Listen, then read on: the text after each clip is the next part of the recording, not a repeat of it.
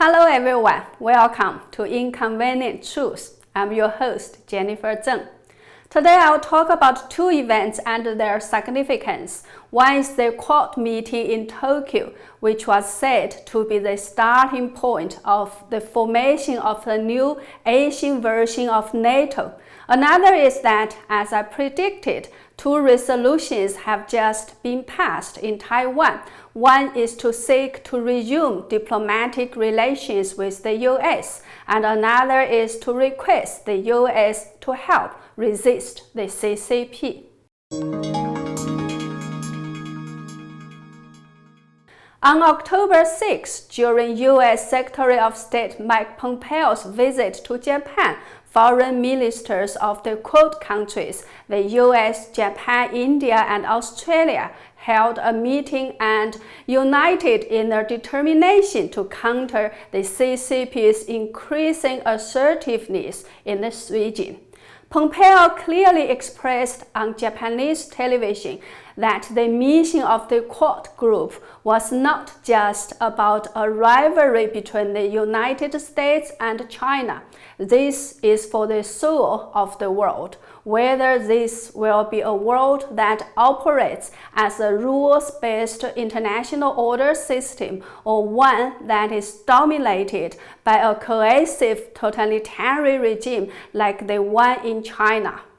While English media reported this event in a somewhat business-as-usual manner, many overseas Chinese commentators immediately realized that this was a very significant move and that a new Asian version of NATO is being formed to counter the CCP. According to Chinese commentator Tang Jingyuan, the significance manifests in the following 5 aspects. He called it killing 5 birds with one stone. 1. We all know that NATO is an intergovernmental military alliance. The idea of establishing a mini-Asian NATO was first raised by Japan's former Prime Minister Abe in 2007 when he gave a speech at India's parliament. He proposed a diplomatic alliance of 4 nations, which included Japan, the US, Australia, and India. But this proposal didn't go very far until 10 years later, when the Trump administration started seeing the CCP as a strategic opponent instead of a partner. In September of this year, U.S. Secretary of Defense Mark Esper clearly expressed that a collective security alliance in the Indo-Pacific region was needed and that NATO was a good example of collective security and operation among allies and partners. From this, we can see that the Quad was an initiative at the military level in the first place, and more countries in the region can also be included in the future. 2. Japan's role. Although the US is the leading country of the Quad, Japan's role in it is extremely important. Why? Because of Japan's geographic location. The Mikako Strait or Karama Gap near Japan is one of the only 2 entryways for the CCP's Air Force and Navy into the Pacific Ocean. If this strait, as well as the Bashi Channel between the Philippines and Taiwan, are blocked, the CCP's strategic nuclear submarine cannot enter this Pacific Ocean or become a real threat to other countries. In this sense, the CCP's nuclear submarines will be equipped. 3. The CCP will lose its unique advantage with intermediate-range missiles. Although the CCP often boasts about its military power, people know that in terms of conventional weapons, the CCP's People's Liberation Army (PLA) is several generations behind the US military. However, there is one area that the PLA does have unique advantages, and that area is with its intermediate-range missiles. We all know that the US and the former Soviet Union signed the Intermediate-Range Nuclear Forces Treaty in 1987. This treaty banned all of the two nations' land-based short, medium-range, and intermediate-range ballistic missiles, cruise missiles, and missile launchers. However, the CCP was not included in this treaty, so it has been able to develop as many missiles as possible. So now the CCP has the most missiles in the world, much more than the US and Russia. The CCP has never revealed exactly how many missiles it has, but both the US and Russia believe that it has more than 2,000 intermediate-range missiles. So this is the unique military advantage of the CCP. Although the US withdrew from the treaty in 2018, it is impossible for it to catch up with the CCP in such a short period of time. More importantly, even if it does catch up in terms of the number of missiles, it still needs suitable locations to deploy the missiles. So, after the formation of this new Asian version of NATO, the US can not only deploy missiles in Japan, but also in South Korea and the Philippines if these countries join the alliance later. Furthermore, as a founding member of this new NATO, India has its own powerful intercontinental ballistic missiles.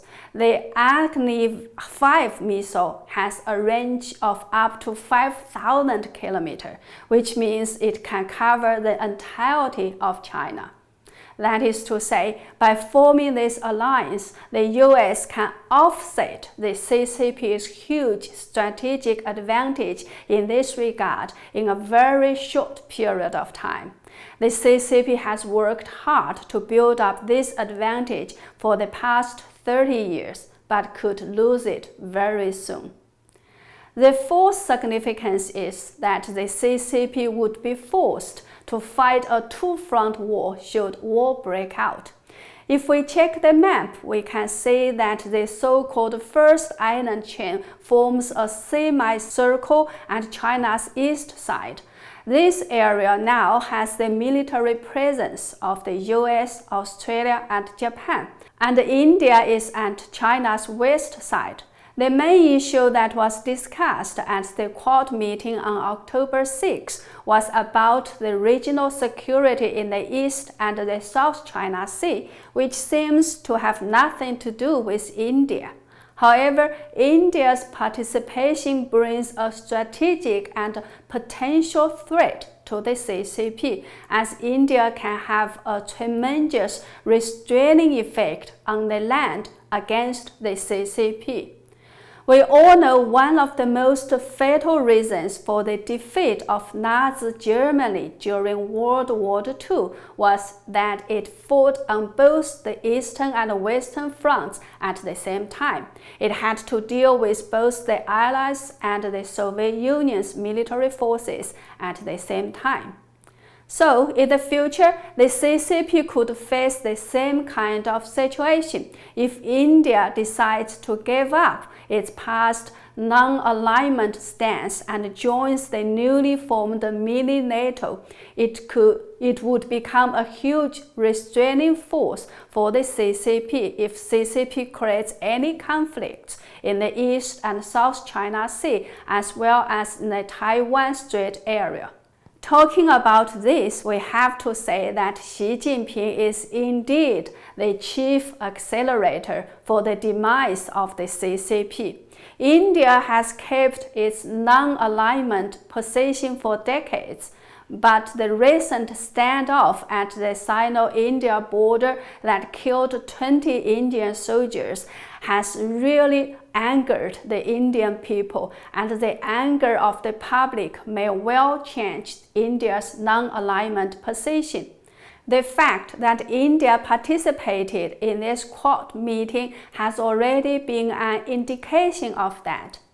In the meantime, Japan is also considering making a major change to its defense policy by developing a first strike capability on enemy bases to defend against imminent attacks.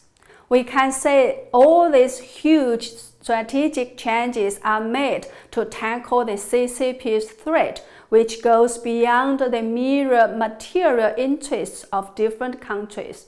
The CCP's threat is a direct one to the very values and universal principles of the free world, and therefore cannot be allowed to exist.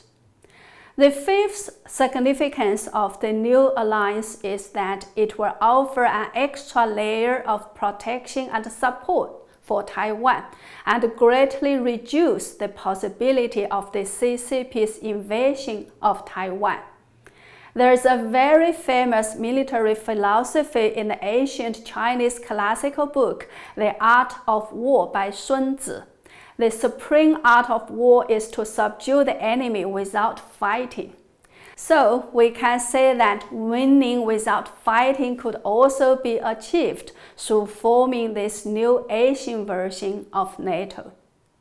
Next, let's move to our second topic for today.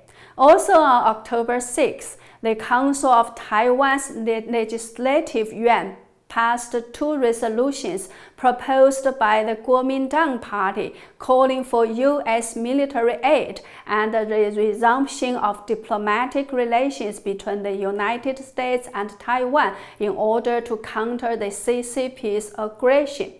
This news was not a surprise given the recent quick heating up of U.S.-Taiwan relations. However, it is at the same time also a little surprising because the proposals came from the Kuomintang Party itself, which has been seen as being very close to the CCP in recent years. Perhaps that is also the reason why the CCP felt very awkward about the resolutions. If such proposals were from the ruling Democratic Progressive Party, the CCP would have made a huge fuss about it. Why did the usually pro-CCP Kuomintang suddenly introduce these 2 resolutions? Maybe this is a very meaningful question to ask. As far as I can see, this again reflects the fact that the CCP, not U.S. Secretary of State Pompeo, has indeed become the enemy of mankind, and that's why even the pro-CCP Kuomintang has started to fight back. In January this year, during Taiwan's presidential election, the Kuomintang Party lost bitterly because of its more pro-CCP stance. What the CCP did to Hong Kong afterward again pushed the people of Taiwan further away from the CCP, since people saw that by imposing the so-called national security law in Hong Kong, the CCP had completely destroyed Hong Kong's freedom, and fighting back against the CCP has become a mainstream international trend. I think this is why the Kuomintang has raised these 2 seemingly radical resolutions now. On my last show, I responded to a few of a viewer's questions. That viewer also asked what kind of political system would follow if the CCP collapsed, and whether Chinese people would be able to manage themselves after the CCP is gone.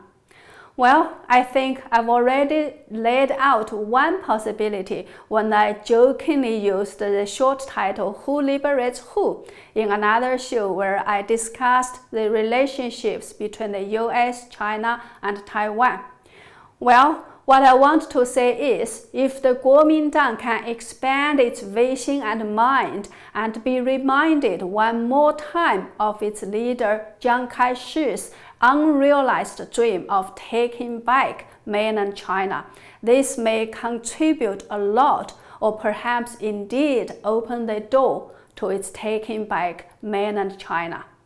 Many Chinese people have been hoping that the flag of the Republic of China can once again be raised in mainland China and that China can be reunited again with democracy. If the Kuomintang Party can start working secretly on recruiting members in mainland China and promoting democratic ideas now, after the CCP collapses, which could happen very soon, it can go back to China, recruit more members, and run for election. With its past experiences of once governing Taiwan, it is quite possible that it could win, isn't it? So the only question to ask the Kuomintang is, can you think and act even bigger? By the way, October 10th is the National Day of the Republic of China and the 109th anniversary of its founding. I heard that the CCP had advised Indian media not to publish contents related to this. But as we are not Indian media, maybe here we are allowed to say Happy Birthday to the Great Republic of China. Happy birthday to Taiwan. Well, that's all for today. I think you can see that the issues we discuss are really huge and important. So please do subscribe to and share my channel and check out my other videos you may have missed. Thank you. See you soon.